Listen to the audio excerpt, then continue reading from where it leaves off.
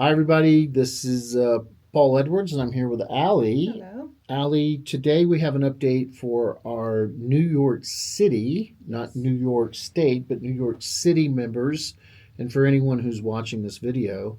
Allie, what's the update New York City.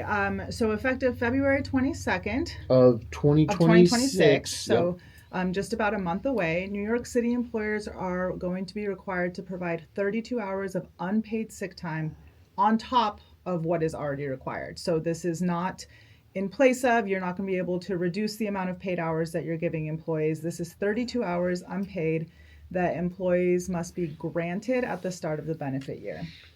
There's no option for accrual. It's all grant based for all employers. So it's front loaded. It's front loaded, yes. Okay, it's an HR term. We call it front loading or accrual, and in this case, this rule and law says that it must be front loaded, which means it becomes available to them immediately. Yep. So 32 hours at the time of hire. For existing employees, you'll be granting that time at the effective date. And I mean, it's pretty straightforward. They can use it as soon as it's granted. It's not going to roll over, so they're not going to get additional hours of unpaid time in the upcoming benefit year. Subject to the same rules as sick time. Mm-hmm. They can use it in all the same ways. It'll just be unpaid hours. Yep.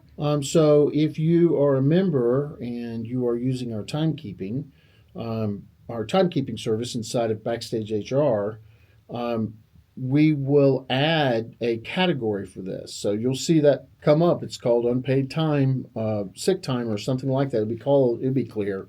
And that's just a way to keep track of it. If you're not using our timekeeping system and your timekeeping system has this capability, then you should add it. If you are using something that doesn't have that capability, then as a member, you just need to remember you have a very robust timekeeping system, better than any other system out there, quite frankly, that keeps track of paid PTO or paid sick leave, vacation, all of that stuff, reports it back to the employee, has lots of other good features. Does this impact their employee handbook? Yep, it impacts the handbook. We are going to be updating the handbooks for all of our New York City members, so you'll be getting an email from us as soon as that handbook is in the vault in Backstage HR and it's ready to be shared with your employees. Allie, are we going to update the book or are we going to do an addendum? We'll be updating the handbook, Okay. And so you'll see a new policy for the unpaid time off, and the handbook will come with a handbook memo that will tell employees exactly where the change was made so they can sign off on that in the vault. And that's going to be uploaded for them? Yes. Is it going to be in everybody's when they go in? They're going to log in and they're just going to see it? Or the handbook and the memo will be uploaded to the employer's vault, and then you will share it with your employees and make the signature required. Okay, so again, we can make this very easy for you because it's already going to be in Backstage HR.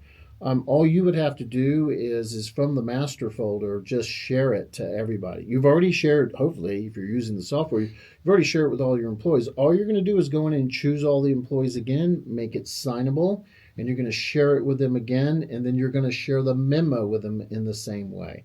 They don't particularly need to sign the memo, but they do need to electronically acknowledge the employee handbook again at that date. Anything else? That's it. Whew, that was a lot for such a simple thing.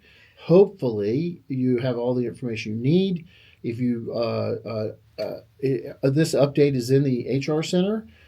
There's also ways, if you have questions or concerns, where you can get in touch with us. You can send a ticket in. You can send us an email. And Allie, thank you so much. Thanks, Paul. You're way smarter than I am.